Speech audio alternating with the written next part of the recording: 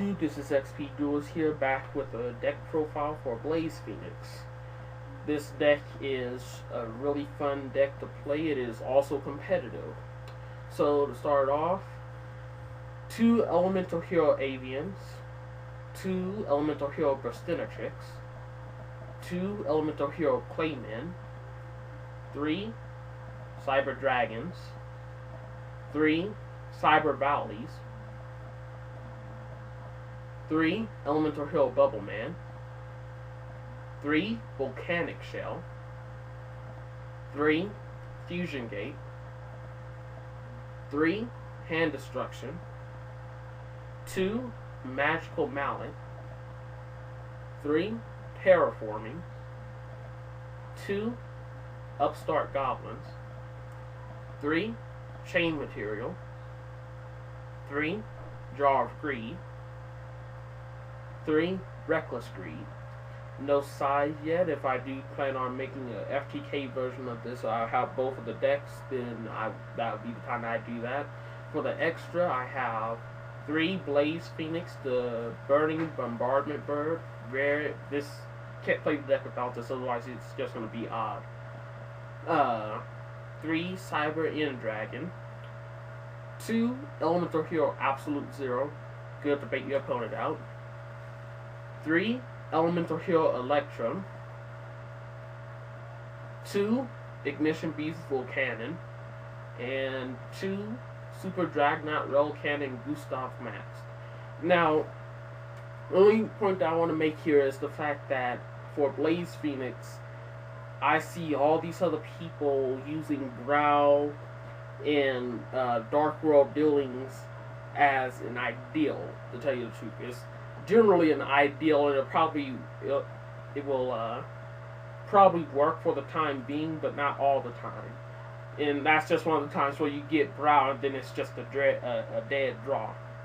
So to eliminate that, I actually got someone's deck offline, looked at it, and I went ahead and edited it to my playing style, just for the heck of it. Only put in the major cards that was needed, staples, in probably like 3 or 5 cards that I could side out if I do make the FTK version of the deck. So, reason why I run 2 Elemental Avians and all that is because I will need to stall at some point in time, especially if I get a bad hand, and they can go to the graveyard. Also, is a target for hand destruction. Really important to have hand destruction here, since you have enough monsters for the output that it'll give you. Magical Mallet. This isn't really a good card to have in there. That's only why I have 2 of them. Because when I use it at the very beginning, the only thing I'm doing is I'm adding cards back to the deck and drawing 2. So only way that I'll get the maximum effect out of this is if I have below 20 cards in my deck while playing. That's the only time I'll get the best effect from it. Another important thing to remember is that terraforming. With this deck, because I just have the main cards needed in order to get to my chain material and fusion gate, that is really important that I have terraforming, because either way, if I have terraforming and chain material, or 2 chain materials and a field spell and a terraforming, that's game right there. Because the only thing I have to do after that is play the deck as if I'm trying to get fusion gate or chain material. Just set my chain materials down, along with whatever cards I have to conceal their identity, and then go from there. And the best part about it is I've actually caused someone to rage quit because of how annoying it was that I kept activating Fusion Gate after he MST'd it or used the Infinity Launcher, I think, or it was some trap card to destroy it or return it to the top of the deck. Hilarious. It literally caused him to quit the game. So, not only that, Reckless Greed, the draw engine mainly is Hand Destruction, Mallet, Upstart Goblin, Jar of Greed, and Reckless Greed. So altogether, the main cards for this deck that are staples would be the 3 fields, 3 terraformings, and 3 chain materials. Everything else is just support. So we have that. Now, not only that, but I run 3 Cyber End Dragons because it's really easy to recycle with Electrum. I run 3 Electrum because I technically recycle him easily. I can get 3 out easily just by using his effect. So let's say that your opponent only has 700 life points. You don't really want to summon another Blaze Phoenix because it would be redundant. So the only thing you do is you go for another Cyber End Dragon. Or if you just needed 2 level 10s out on field, you would go for Cyber End Dragon and an Electrum to make Super Dragonite Rail Cannon. It's really simple. Can easily get 2 of these on field, make them take 4,000 damage, and then summon Blaze Phoenix to go ahead and finish the game. So, other than that, Fusion Gate. The chain material cannot be targeted by or negated by Solemn Warning because it does not include an effect that special summons a monster. It says anytime you fusion summon a monster this turn. So it's just saying that I can use my deck, graveyard, and field along with my hand to summon. Although the Fusion Gate can be negated really easily. Only thing that's needed for that is a Solemn Warning. Although, if I'm correct, if they chain an MST to the effect activation, you do lose that. But Solemn Warning can negate that. And so many people look at this and say, oh, first thing I'm going to do is negate that with Solemn Warning.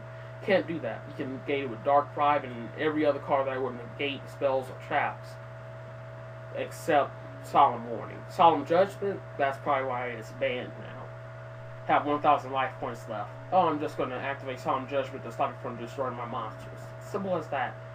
So, Jar of Greed is a response to Reckless Greed. So if I still need to draw my draw phase, I can easily activate that, and I still technically draw from my draw phase during that turn. Absolute Zero. If my opponent has a lot of monsters on field that tend to negate effects whenever they're special summoned, or whenever a monster hits the field, Elemental Heal Absolute Zero. If he's sent from the field, let's read the effect right quick. Gains 500 attack for each face-up water monster on the field, except Elemental Heal Absolute Zero. Can't really use this because, mainly because you can't attack. Only thing that is a way to bait your opponent out. If he has monsters on field where you can negate the summon. So, it clearly says right here, when this card leaves the field, so that means if it's banished, returned to hand, returned to extra, or sent to the graveyard, you still get to destroy all monsters your opponent controls. Easy way to clear up your opponent's field so you can go ahead and go for the OTK if he has any effect monsters that may pose a threat to your summoning and everything. Elemental Hero Electrum. Again, this is mainly just the recycle for the deck. Because by the time you banish all 3 of your Cyber Dragons or Cyber Valleys in your Volcanic Shell, you're kind of going to run out of things to banish because you can easily use Volcanic Shell and another Blaze Phoenix to get another Blaze Phoenix out. And Electrum will just recycle that Blaze Phoenix back into the deck. It's an infinite loop. You could go for days on end before getting tired of doing that. Now, if your opponent, knowing, let's say you're in a match, right? If your opponent knowingly knows that you're using a Blaze Phoenix OTK deck, in the last turn, last match, they summoned a really, let's say, a God card or something that, or what is it, 5-headed dragon with 5,000 attack. You easily just go for Ignition Beast Volcanon and make them take 5,000 damage. So, again, if your opponent knowingly lets you summons a monster, knowing what kind of cards you have in your extra deck, on your or what type of deck you're playing, period, and you can use the same Ignition Beast Volcanic effect to stop him, then that's going to be an easy win for you. Ignition Beast Volcanic just quickly helps you win the game. I know I was facing someone with Fire Fist, and I don't know why I was reluctant to use Ignition Beast, but I didn't use him. I still won, but I didn't use him. Would have been cut probably like 5 minutes off of my play just to go for him first. But either way, the number one thing that is really good to remember, because it's a strategy that I've used that's actually gotten me out of a lot of game losses here, and that would be having 2 fusion gates in hand with 1 chain material. I would activate chain material first, ask them if they have a response. If they don't have anything as a response to chain material, I'll activate my field. I activate the first field just as a bait. If they want to MST it, then I just activate my other fusion gate. Only reason being is because they'll think, oh, he only has 1. That's why if you draw a fusion gate, don't go ahead and use Terraform so that they think that you only have 1 field in hand. It's simple psychological warfare. Really fun psychological warfare, but simple psychological warfare. So, for the FTK version of this deck, in which, in theory, I just have to make a new deck for Blaze Fenix, and just see if I can side in the cards needed. As far as I know, I would need to change a lot, because in order for this deck to work, I would need Bubble Illusion. Bubble Illusion. And the thing is, that was one of the main reasons why I run 3 Elemental Hero Bubble Man, because that was what the deck was supposed to be to begin with. I thought I could easily just put the cards in here so it would be a FTK and OTK. Not really that simple. In this case, this deck is stronger by itself, and by itself only. Bubble Illusion, you can activate this card while there's a face-up Elemental Hero Bubble Man on your side of the field. During this turn, you can activate 1 trap card from your hand. So, at this point in time, you can easily activate chain material and make sure you have your gate. And then after that, only thing you have to worry about on field would be your opponent's spells and trap cards. I mean, your opponent's card effects from your hand. And only difference is if I'm not going to make it during this time, but probably somewhere in the future, probably during January or during spring break or summer and all that. It'll probably be around the time that I actually make the side for this deck to easily swap out the cards and make it a OTK version instead of that.